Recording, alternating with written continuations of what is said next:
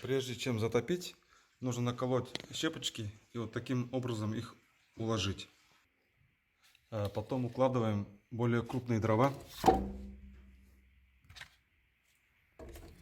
Воздушную заслонку нужно полностью открыть. Таким образом. Внизу тоже воздушную заслонку открыть. Потом нужно немного полить жидкостью для розжига или положить специальные масляные брикеты для розжига. Если во время розжига камин будет немножко дымить, то нужно приоткрыть входную дверь, чтобы образовалась хорошая тяга.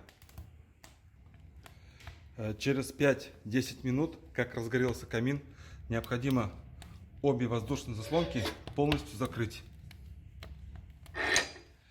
Топить с открытыми воздушными заслонками категорически запрещено.